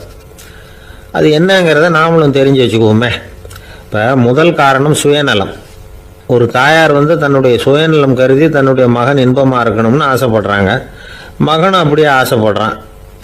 அதனால் தாயாரின் இன்ப துன்பங்களை பார்த்துட்டு மகனும் இன்ப துன்பம் அடையிறான். அந்த அம்மாவுக்கும் அதே நிலைமை தான்.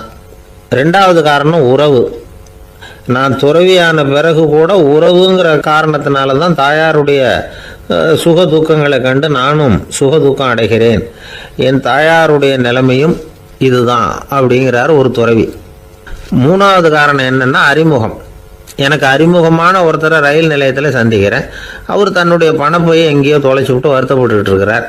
நானும் வருத்தப்படுறேன். அந்த சமயத்தில் யாரோ ஒருத்தர் இதுதானே அவங்க பணப்பை அப்படின்னு சொல்லி கொண்டாந்து நீட்டுறார். பணப்பையை தொலைச்சவர் சந்தோஷப்படுறார், நானும் சந்தோஷப்படுறேன். இது அந்த துறவி சொல்கிற அனுபவம். நாலாவது காரணம் என்னென்னா கருணை. எனக்கு முன்னே தெரியாத ஒருத்தனை யாரோ ஒருத்தன் அடித்து காயப்படுத்தி போடுறான். கருணை காரணமாக நான் அதுக்காக துக்கப்படுறேன். அஞ்சாவது காரணம் எதையும் நம்புறது. ஒரு பசுமாட்டை ஒரு முரணை அடிச்சுக்கிட்டு இருக்கிறான் அப்படின்னு ஒருத்தர் நம்மகிட்ட சொல்கிறாருன்னு வைங்க, உடனே நான் துக்கப்படுறேன். இன்னொருத்தர் அந்த முரணனை போலீஸ்காரங்க பிடிச்சிட்டு போயிட்டாங்கன்னு சொல்கிறாரு, நான் உடனே சந்தோஷப்படுறேன். மூணாவதாக ஒருத்தர் முதல் 2 பேரும் சொன்னது பொய்யுங்கிறார். அப்போ நான் இன்ப துன்பம் ரெண்டுமே இல்லாமல் நிம்மதியாக இருக்கிறேன். இது ஒரு விதம். அடுத்தது 6வது காரணம் என்னென்னா தன்மயமாகுதல். ஒரு நாவல் படிச்சுக்கிட்டு இருக்கிறோம், அதில் வர்ற பாத்திரங்களோட நாம் ஒன்றி போயிடுறோம். அதில் வர்ற பாத்திரங்கள் சிரிச்சுதுன்னா நாமளும் சிரிக்கிறோம், அது அழுதுன்னா நாமளும் அழறோம். அதெல்லாம் அந்த துறவி சொல்கிற அனுபவ உண்மைகள். இன்ப துன்பம் இது ரெண்டும் தோன்றுவதற்கு சுயநலம், உறவு, அறிமுகம், கருணை, எதையும் நம்புறது, தன்மயமாகிறது, இது எல்லாம் தான் முக்கிய காரணம் அப்படின்னு அவர் சொல்கிறார். ஆக கூடி ஒட்டு மொத்தமாக யோசனை பண்ணி பார்த்தா பிற பொருள்கள் மீது பற்றுதல் காரணமாக தான் நாம் இன்ப துன்பம் அடைகிறோம் அப்படிங்கிறத புரிஞ்சிக்க முடியுது. மனுஷன் இன்ப துன்பம் அடைகிறதுக்கு 7வது காரணம் கூட ஒன்று உண்டு அப்படின்னு சொல்லிகிட்டே வந்தார் ஒருத்தர். அது என்ன அப்படின்னு கேட்டோம். அதுதான் சார் இந்த நீங்கள் சொல்லிட்டு வர்ற இன்று ஒரு தகவல்னார். எப்படி சொல்கிறீங்கன்னு கேட்டோம். இன்று ஒரு தகவல் கேட்க ஆரம்பிக்கிறப்போ மனசில் இன்பம், ஆரம்பித்த உடனே இது ஏற்கனவே கேட்ட சமாச்சாரமாச்சே அப்படின்னு நினைக்கிறப்போ துன்பம் அப்படின்னு அதுக்கு ஒரு விளக்கம் கொடுத்தார் அவர். ஒரு கடற்கரை ஓரம், அங்கே ஒரு சின்ன கிராமம். அந்த கிராமத்தில் ஒரு சின்ன பள்ளிக்கூடம். கடற்கரை ஓரத்தில் உள்ள ஒரு விடுதியில் ஓய்வுக்காக ஒருத்தர் தங்கி இருக்கிறார். பள்ளிக்கூடத்தில் ஏதோ விழா நடக்கிறது மாதிரி தெரிஞ்சுது. உடனே அவர் அந்த பக்கமாக வந்தார். இங்கே என்ன நடக்குதுன்னு விசாரித்தார். பள்ளி ஆண்டு விழா நடக்குதுன்னாங்க. உடனே போனார். கண்காட்சி ஒன்று வச்சுருந்தாங்க. உள்ளே போய் பார்த்தார். பள்ளிக்கூடத்தில் படிக்கிற மாணவர்களே சொந்தமாக தயார் பண்ண பொருள்களை காட்சிக்கு வச்சிருக்கிறாங்க. அந்த ஊர் மக்கள்லாம் அதை கூட்டம் கூட்டமாக போய் பார்த்துக்கிட்டு இருக்கிறாங்க. இவரும் ஆர்வமாக அதையெல்லாம் பார்த்துக்கிட்டே போகிறார். ஒரு இடத்துல ஒரு சின்ன ரயில் செஞ்சு வச்சுருந்தாங்க, மாணவர்களே தயார் பண்ணது. மின்சாரத்தால் அது ஓடுறது மாதிரி பண்ணி வச்சுருந்தாங்க. அதில் ஒரு சின்ன பொத்தான் இருக்கும், அது அமுக்குனா ரயில் ஓடும், சுற்றி சுற்றி வரும். மாணவர்கள் எதிரில் நின்று அதுக்கு விளக்கம் கொடுத்துக்கிட்டு இருக்கிறாங்க. இவர் அதை கவனிச்சார். ரயில் ஓடுறத பார்த்தார். அங்கே நின்றுக்கிட்டு இருந்த மாணவர்கள்கிட்ட விளையாட்டாக கேட்டார், ஏப்பா இந்த ரயில் எதனால் ஓடுது அப்படின்னு கேட்டார். அவர் சக்தியினால் ஓடுது அப்படின்னாங்க மாணவர்கள். அது என்ன சக்தின்னு கேட்டார். அதுக்கு பேர் மின்சாரம் அப்படின்னாங்க. சரி, நீங்கள் மின்சாரத்தை பார்த்துருக்குறீங்களா அப்படின்னார். நாங்கள் பார்த்தது இல்லைங்க, ஆனால் இதை செய்யறதுக்கு எங்களுக்கு உதவி பண்ண ஆசிரியர் ஒரு பட்டதாரி, ஒரு கால் அவர் பார்த்துருக்கலாம் அப்படின்னாங்க. அவர் எங்கே இருக்காருன்னு கேட்டார். இதோ அழைச்சிட்டு வர்றோம்னு ஓடினாங்க. அவர் அழைச்சிட்டு வந்தாங்க. அவர்கிட்ட ஒரு பெரியவர் கேட்டார், மின்சாரத்தை நீங்கள் பார்த்துருக்குறீங்களா அப்படின்னு. மின்சாரத்தை பார்க்குறதாவது நான் பார்த்ததே இல்லை. நான் பார்த்தது அது செயல்படுற விதத்தை தான். அது விளக்க எரிய வைக்குது, ரயிலை ஓட வைக்குது, இது மாதிரி எத்தனையோ எந்திரங்களை செயல்பட வைக்குது. ஆனால் உண்மையிலேயே அது என்னன்னு எனக்கு தெரியாது. ஒருவேளை இந்த பள்ளிக்கூடத்து தலைமை ஆசிரியருக்கு தெரிஞ்சிருக்கலாம், ஏன்னா அவர் ஒரு மேல்நிலை பட்டதாரி அப்படின்னாராம் அவர். சரின்னு போய் தலைமை ஆசிரியரை கூப்பிட்டுக்கிட்டு வந்தாங்க. அவர்கிட்டையும் இதே கேள்வி கேட்டாராம் அவர். மன்னிக்கணும், இந்த கேள்வி இதுவரைக்கும் யாரும் என்கிட்ட கேட்டதில்லை. சக்தியை யாரும் பார்க்க முடியாது, ஆனால் அது செயல்படும் விதத்தை தான் பார்க்க முடியும் அப்படின்னாராம் அவர். இப்போ இதுவரைக்கும் கேட்டுக்கிட்டு இருந்த பெரியவர் சிரிச்சார். சிரிச்சுட்டு சொன்னாராம், சரி அதுக்காக ஒன்றும் கவலைப்படாதீங்க, என்னுடைய பெயர் தாமஸ் ஆல்வா எடிசன் அப்படின்னாராம். இதை கேட்டதும் அங்கே இருந்தவங்களுக்கெல்லாம் அதிர்ச்சி, ஆச்சரியம். என்னது, நீங்கள் தானே எடிசன்? நீங்கள் எவ்வளவு மின்சார கருவிகளை உண்டாக்கி இருக்கிறீங்க, நீங்களா இந்த கேள்வியை கேட்டது அப்படின்னாங்களாம். ஆமாம், நான் தான் கேட்குறேன், ஏன்னா நானே மின்சாரத்தை பார்த்தது கிடையாது அப்படின்னாராம் அவர். அன்புங்கிறது இப்படிப்பட்டது தாங்கிறார் ஓஷோ. அன்புங்கிறது நம்ம உடற்கூறு அமைப்பில் இல்லை, அது நம்ம உடம்புல உள்ள சுத்த சக்தியின் வெளிப்பாடு. அதை உணரத்தான் முடியுமே தவிர பார்க்க முடியாது. அன்பே உன்னை நான் என் இருதயத்தில் வச்சிருக்கிறேன் அப்படின்னு எல்லாம் சொல்லுவான். இதெல்லாம் சும்மா. இது டாக்டர்கள் சொல்ற இருதயம் கிடையாது, அது ரத்தத்தை தள்ளுகிற ஒரு கருவி, அவ்வளவுதான். ஞானிகள் சொல்லுகிற இதயம் வேற, அது கண்ணுக்கு புலப்படாத ஒரு சக்தி. என்னுடைய இதயம் ரொம்ப விசாலமானது சார் அப்படின்னார் ஒருத்தர். அப்படிங்களான்னு ரொம்ப மரியாதையா, ஆமாங்க டாக்டர் அப்படிதான் சொல்றார், கொஞ்சம் வீங்கி போய் பெருசா இருக்குதான் அப்படின்னார். ஆரம்ப காலத்தில் ஒரு குரு, அப்போ ஒரு சீடன் இருந்தான். அது வேடிக்கையான குரு, வேடிக்கையான சீடன். ஒரு ஆசிரமம். ஒரு நாள் ஒருத்தன் அவசரமா அந்த குருவை தேடி வந்திருக்கிறான். என்ன விஷயம்னு விசாரிச்சார் குரு. உங்க சீடர் என்னை அடிச்சுட்டார் அப்படின்னு புகார் பண்ணானா அந்த ஆள். குரு சீடனை கூப்பிட்டார். அடிச்சியா இந்த ஆளை அப்படின்னு கேட்டாராம். ஆமான் இருக்கான் சீடன். ஏன் அடிச்சே அப்படின்னு கேட்டாராம். இந்த ஆள் உங்களை பத்தி மட்டமா பேசிவிட்டான், என்னால் அதை தாங்கிக்க முடியல, அதனால தான் அடிச்சுட்டேன் இருக்கான். அப்படி என்ன பேசினா அப்படின்னு கேட்டாராம். உன்னுடைய குருநாதர் இப்பெல்லாம் அர்த்தமில்லாம பேச ஆரம்பிச்சுட்டார் அப்படின்னு சொல்லிவிட்டான், அதனால தான் அடிச்சுட்டேன் அப்படின்னானா. அதுக்காக அடிச்சே அப்படின்னாராம். நான் அதுக்காக அடிக்கல குருவே, இப்பெல்லாம் நீங்க அர்த்தமில்லாம பேசுறதாக அவன் சொல்றான், அப்படின்னா இதுவரைக்கும் நீங்க அர்த்தத்தோட பேசினதாகத்தானே அர்த்தம், அது தப்பு தானே, அதனாலதான் அடிச்சேன் அப்படின்னானா. ஒரு பெரியவர் உட்கார்ந்து இருக்கிறார், அவரை சுத்தி அவருடைய தோழர்கள் உட்கார்ந்து இருக்கிறாங்க. ஏதோ ஒரு முக்கியமான செய்தியை அவர் அவங்களுக்கு சொல்லிட்டு இருக்கிறார். அவங்களும் ஆர்வமா கேட்டுக்கிட்டு இருக்கிறாங்க. இந்த சமயத்துல யாரோ ஒரு ஆள் வேகமா அங்க வர்றார். வர்ற வேகத்திலேயே எனக்கு ஏதாவது உதவி செய்யுங்க அப்படின்னு கேட்டுக்கிட்டே வர்றார்.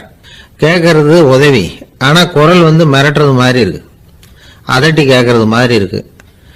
இதை கேட்டது அந்த பெரியவர் ஆத்திரப்படலை, ஆனா அவரை சுத்தி இருந்தவங்க ஆத்திரப்பட்டாங்க. இதை பெரியவர் கவனிச்சார். கொஞ்சம் அமைதியா இருங்கன்னார். வந்தவரை கூப்பிட்டார். அவருக்கு சில பொருள்களை கொடுத்தார். என்னங்க இப்போ உங்களுக்கு மகிழ்ச்சி தானே அப்படின்னார். அப்படின்னு அலட்சியமா அவர் சொல்றார். நான் உங்களை நல்ல முறையில் நடத்தினேன்னா அப்படின்னு கேட்கிறாரு அவர் மறுபடியும். அதெல்லாம் ஒண்ணும் இல்லை அப்படின்னு சொல்லி அவர் சொல்லிட்டு இருக்கிறாரு. குரல்ல கடுமை குறையில. சுத்தி இருந்தவங்களால இதை பொறுத்துக்க முடியல. கோபத்தோடு அவரை நோக்கி நெருங்க ஆரம்பிச்சாங்க. பெரியவர் அவங்களை எல்லாம் தடுத்து நிறுத்தினார். வந்தவரை வாங்க என்னோட அப்படின்னு சொல்லி அழைச்சிட்டு போனார். வீட்டுக்கு போனார். அங்க போனதும் இன்னும் சில பொருள்களை எடுத்து அவர்கிட்ட கொடுத்தார். இப்ப திருப்தி தானே, நான் உங்ககிட்ட நல்ல முறையில நடந்துகிட்டேனா அப்படின்னார். அவர் முகம் இப்பதான் கொஞ்சம் மலர்ந்தது. ரொம்ப நன்றி, இறைவன் உங்க குடும்பத்துக்கு எல்லா நன்மைகளையும் செய்வான் அப்படின்னு சொன்னார். இதே வார்த்தைகளை என்னுடைய தோழர்கள்கிட்டே சொல்லிட்டீங்கன்னா அவங்க கோபம் தணிஞ்சிரும், வர முடியுமான்னார். கண்டிப்பா வர்றேன் அப்படின்னாரு. மறுநாள் காலையில அந்த இடத்துக்கு வந்தார். அதே மாதிரி சொல்லிவிட்டு அவர் போயிட்டார். தோழர்கள்லாம் ரொம்ப வியப்போட பெரியவரை பார்த்தாங்க. அந்த பெரியவர் தான் நபிகள் நாயகம். அவர் சொன்னார், ஒருத்தன் ரொம்ப ஆசையா ஒரு ஒட்டகத்தை வளர்த்துக்கிட்டு வந்தான். ஒரு நாள் அந்த ஒட்டகம் கயத்தை அறுத்துக்கிட்டு ஓடி போயிட்டுது. அக்கம் பக்கத்தில் இருக்கிறவங்கெல்லாம் அந்த ஒட்டகத்தை பிடிக்கிறதுக்கு முயற்சி பண்ணாங்க. அதை துரத்திட்டு ஓடினாங்க. ஒட்டகம் தாறுமாறா ஓட ஆரம்பிச்சது. இந்த சமயத்துல ஒட்டகத்தை வளர்த்தவன் அங்க ஓடி வந்தான்.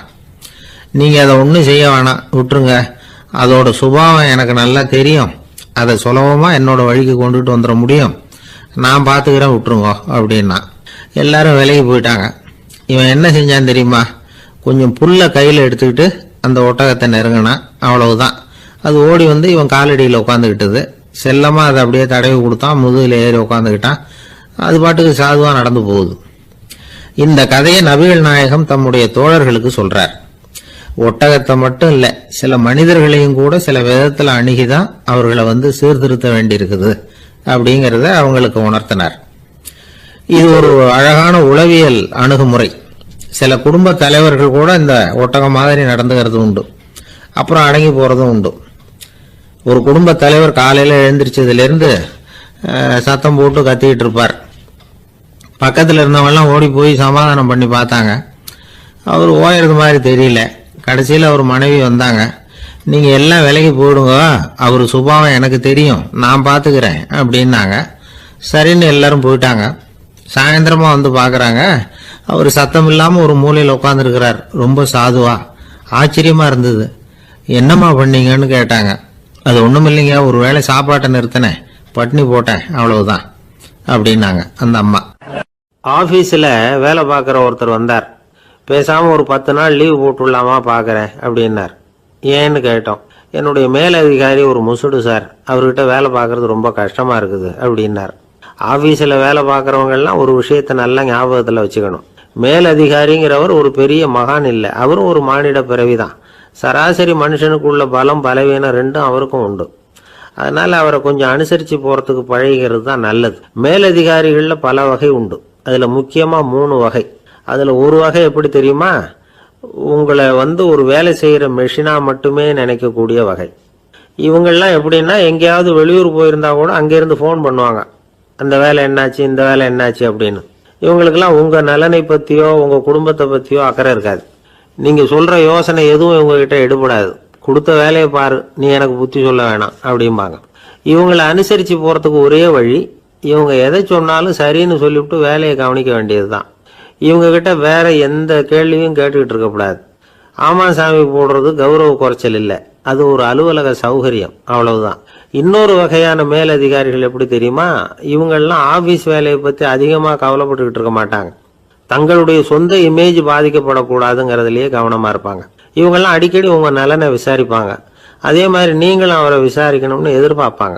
இந்த ரக அதிகாரிகளுக்கெல்லாம் புது வருட வாழ்த்து அனுப்பலாம், பிறந்த நாள் வாழ்த்து அனுப்பலாம். அவருக்கு எங்கேயாவது ஒரு பாராட்டு விழா நடந்தா முதல் வரிசையில போய் உட்காந்து உங்க முகத்தை காட்டலாம்.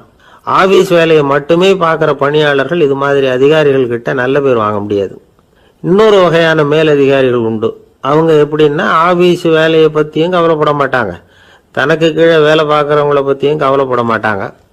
எக்காரணம் கொண்டும் தன்னுடைய பொசிஷனுக்கு ஆபத்து வந்துடக்கூடாதுன்னே நினைக்கக்கூடியவங்க இவங்க.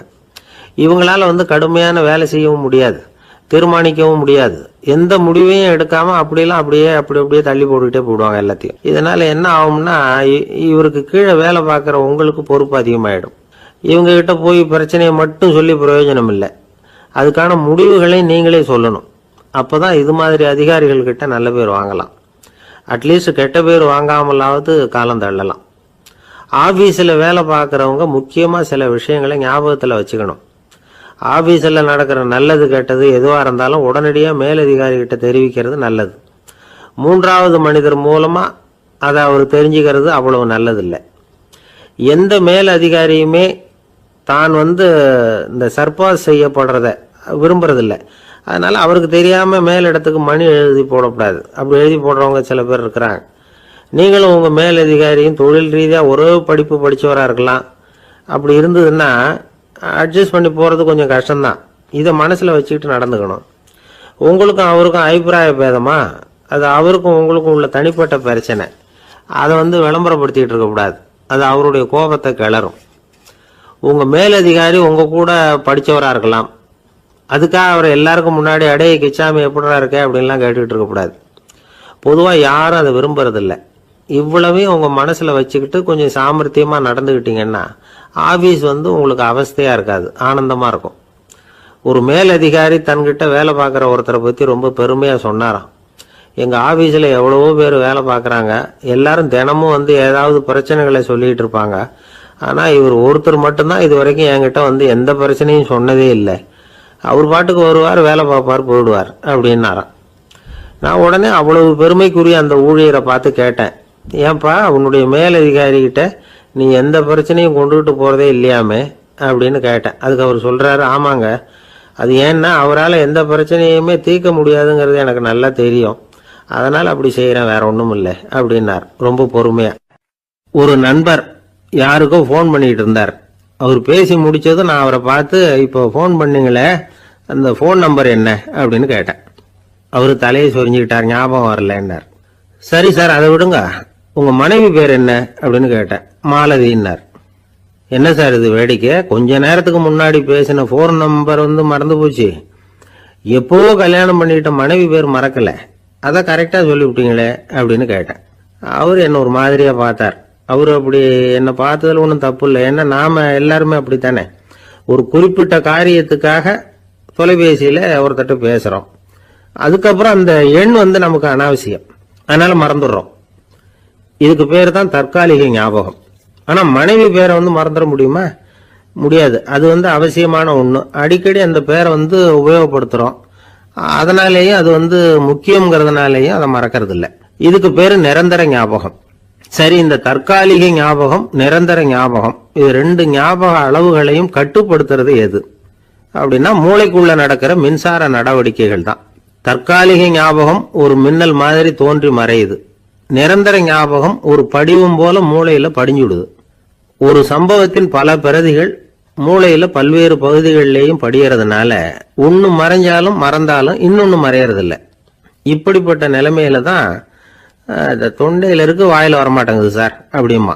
ஒருத்தருக்கு எந்த துறையில ஆர்வமும் ஈடுபாடும் அதிகமோ அது சம்பந்தமான ஞாபக சக்தி அதிகமா இருக்கும். தொழிலை விரும்புகிற ஒரு டெலிபோன் ஆபரேட்டருக்கு எண்கள்லாம் நல்ல ஞாபகம் இருக்கும். அது மாதிரி கவிஞர்களுக்கு வார்த்தைகள் நல்ல ஞாபகத்தில் இருக்கும். இது ஒரு பக்கம் இருந்தாலும் ஒரு மூளை எண்களை விட எழுத்துக்களை விட படங்களை ரொம்ப சுலபமா ஞாபகத்துல வச்சுக்குது. புரிஞ்சுக்கிற தன்மை, அனுபவம், புத்தி கூர்மை இது கூடி குறையறத பொறுத்து ஞாபக சக்தியும் ஏறும் இறங்கும். இப்போ உதாரணத்துக்கு ஒரு பையனுக்கு படிச்சது எதுவும் ஞாபகத்துல இல்லைன்னா அவன் அதை சரியா புரிஞ்சுக்கலன்னு அர்த்தம். இந்த மறதிங்கிறது எந்த சமயத்துல ஒரு பிரச்சனை ஆகுது தெரியுமா? உங்களுக்கு வேண்டியப்பட்ட ஒருத்தரை ஞாயிற்றுக்கிழமை சாயந்தரம் சரியா 5 மணிக்கு கடற்கரைக்கு வர சொல்லிவிட்டு அந்த நேரத்தை மறந்துட்டா அது பரவாயில்ல, வர சொன்னதையே மறந்துட்டாதான் நிலைமை மோசம்னு அர்த்தம். இப்படி இருந்தா இது சிகிச்சை எடுத்துக்க வேண்டிய நிலைமைங்கிறத புரிஞ்சுக்கணும். ஆமா, இதுக்கும் மருந்து இருக்கு. ஆனா மூளை குறிப்பிட்ட அளவுக்கும் கீழே இயங்குறப்போ இன்னொன்னு சொல்லுவாங்க, இந்த நியூரோ டிரான்ஸ்மிட்டர் அப்படின்னு சொல்லுவாங்க. அப்படிங்கிற மூளை ரசாயனம் ரொம்பவும் குறைஞ்சி போறப்போ மட்டும்தான் உபயோகப்படும். டாக்டர் என்ன சொல்றாங்க தெரியுமா? மூளையை பொறுத்த வரைக்கும் அதுல ஞாபக சக்தி அதிகமா உள்ள மூளை, மறதி உள்ள மூளை அப்படின்னு ஒன்றும் கிடையாது அப்படிங்கிறாங்க. நினைவு வச்சுக்கிறதுக்கு பயிற்சி அளிக்கப்பட்ட மூளை, பயிற்சியற்ற மூளை அப்படின்னு வேணும்னா சொல்லலாம் அப்படின்னு சொல்றாங்க. அதனால நம்ம ஞாபக சக்திங்கிறது நம்ம கிட்ட இருக்கிற பயிற்சி, முயற்சி இதை பொறுத்து தான் அமையும். ஒருத்தர் ஒரு பென்சிலை எங்கேயோ வச்சுக்கிட்டு தேடிக்கிட்டு இருந்தார். அப்புறம் என்னமோ தீவிரமா யோசனை பண்ணி அதை ஞாபகப்படுத்தி பார்த்துக்கிட்டு இருந்தாராம். எதிரில் உட்கார்ந்து இருந்தவர் சொன்னார், பென்சிலை தானே தேடிட்டு இருக்கீங்க, அது உங்க வலது காதில் இருக்குது சார் அப்படின்னாராம் அவரு. இதுக்கு அவரு சொல்லியிருக்காரு, பென்சிலை வலது காதில் தான் வச்சிருக்கேங்கிறது எனக்கு நல்லா ஞாபகம் இருக்கு, ஆனா எது வலது காதுங்கிறது தான் மறந்து போச்சு அப்படின்னாராம். அவர் அதை தான் யோசிச்சுட்டு இருந்திருக்கிறார். ஒருத்தர் அவசரமா போய்கிட்டு இருந்தார். எங்க போய்கிட்டு இருக்கீங்க அப்படின்னு கேட்டார் ஒரு பெரியவர். கடைக்கு போறேன் சார், சாமான் வாங்கறதுக்கு அப்படின்னார். அங்க போறதுக்கு முன்னாடி தெரிஞ்சுக்க வேண்டியதெல்லாம் தெரிஞ்சுக்கிட்டீங்களா அப்படின்னு கேட்டார் பெரியவர். கடைக்கு போய் காசை கொடுத்து ஒரு பொருளை வாங்கிட்டு வரப்போறோம், இதுல தெரிஞ்சுக்க வேண்டியது என்ன இருக்குது அப்படின்னாரு அலட்சியமா. இப்ப அந்த பெரியவர் பேச ஆரம்பிச்சார். இந்த உலகத்துல எந்த ஒரு செயல்ல இறங்குறப்பவும் நாம நல்லா ஆலோசனை பண்ண வேண்டிய விஷயம் 5 அப்படின்னார். உதாரணமா, ஒருத்தன் கடைக்கு போய் ஏதோ ஒரு பொருளை வாங்கிட்டு வர போறான்னு வச்சுக்கங்களேன், அப்ப கூட அவன் 5 விஷயங்களை பத்தி தெரிஞ்சுக்க வேண்டி இருக்குது அப்படிங்கிறார் அவர். முதல்ல அந்த பொருள் எப்படிப்பட்டது அப்படிங்கறத தெரிஞ்சுக்கணும். 2வதா தன்னை பத்தியும் தெரிஞ்சுக்கணும். அப்பதான் அந்த பொருள் தனக்கு தேவையா இல்லையா அப்படிங்கறத புரிஞ்சுக்க முடியும். 3வதா தெரிஞ்சுக்க வேண்டியது ஒண்ணு இருக்கு. அது என்னன்னா, அந்த பொருளை அடையறதுக்கு வழி என்ன அப்படிங்கறது தெரிஞ்சுக்கணும். அதாவது எவ்வளவு பணம் கொடுத்தா அது கிடைக்கும், இது மாதிரியான விஷயங்கள். 4வதா அந்த பொருளை அடையறது மூலமா நாம அடையக்கூடிய பயன் என்ன அப்படிங்கறதையும் உணரணும்.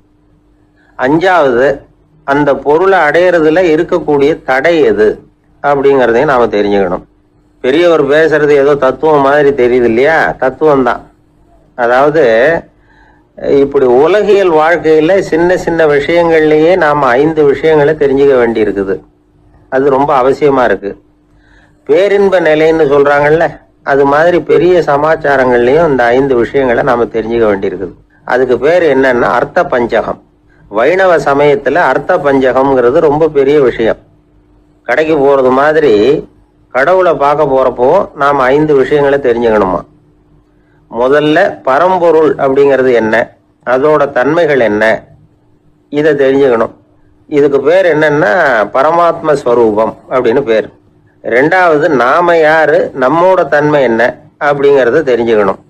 நான் யாருன்னு எனக்கே தெரியலங்கிறப்போ இதை நான் சொல்றேன்னா இது என்னுடையதுன்னு சொல்றது தப்பு தானே. அப்புறம் மூணாவது விஷயம், பரம்பொருளை நாம் அடையறதுக்கு வழி எது, இது தெரிஞ்சுக்கணும். இது உபாய ஸ்வரூபம் அப்படின்னு பேர். நாலாவது விஷயம், நாம் அடைய வேண்டிய பயன்கள் என்ன அப்படிங்கறது தெரிஞ்சுக்கிறது. இதுக்கு புருஷார்த்தம் அப்படின்னு பேர். அஞ்சாவது, அந்த பயனை அடைய விடாமல் தடுக்கிற தடைகள் யாவை அப்படிங்கறது தெரிஞ்சுக்கிறது. இது விரோதி ஸ்வரூபம். இதைத்தான் தடையியல் அப்படின்னு சொல்றாங்க. அதாவது பரமாத்மாவை பற்றிய அறிவு, ஜீவாத்மாவை பற்றிய அறிவு, உபாயம் பற்றிய அறிவு, புருஷார்த்தம் பற்றிய அறிவு, இந்த 4 அறிவுக்கும் எதிரடையா, அதாவது அதையெல்லாம் தப்பா புரிஞ்சுக்கிறதால உண்டாகக்கூடிய அறிவு விரோதி ஸ்வரூபம். என்ன இது தகவல்ல ஏதாவது கதை சொல்லுவீங்கன்னு பார்த்தா ஏதோ தத்துவம் பேசிட்டு இருக்கிறீங்களே அப்படின்னு நினைக்கலாம். இதுவும் தெரிஞ்சுக்க வேண்டிய ஒரு பெரிய விஷயம்தான். காதுல போட்டு வச்சா எப்போவாவது உபயோகப்படும். என்னுடைய நண்பர் ஒருத்தர் ஒரு நாள் என்கிட்ட சொன்னார், சார் அடுத்த மாசம் தஞ்சாவூர்ல ஒரு கல்யாணம், போறதா வேண்டாமா அப்படின்னு ஒரே குழப்பமா இருக்கு அப்படின்னார். நான் உடனே இந்த அர்த்த பஞ்சக உபதேசம் பண்ண ஆரம்பிச்சேன். அவர் எல்லாத்தையும் பொறுமையா கேட்டுட்டு, சரி சார் நான் போறதுன்னு முடிவு பண்ணிவிட்டேன்னார். எப்படி இந்த முடிவுக்கு வந்தீங்க அப்படின்னு கேட்டேன். அவர் சொன்னாரு, சார் அந்த 2வது பாயிண்ட் ஒன்று சொன்னீங்களே, அதை புரிஞ்சுக்கிட்டதுக்கு அப்புறம் தான் இந்த முடிவுக்கு வந்தேன் அப்படின்னாரு. என்ன 2வது பாயிண்ட்ன்னு? அதாவது தன்னை பத்தி புரிஞ்சுக்கணும் அப்படின்னு சொன்னீங்க. உடனே என்னை பத்தி புரிஞ்சுக்கிட்டேன், நான் யாருங்கிறது எனக்கு தெரிஞ்சுது. உடனே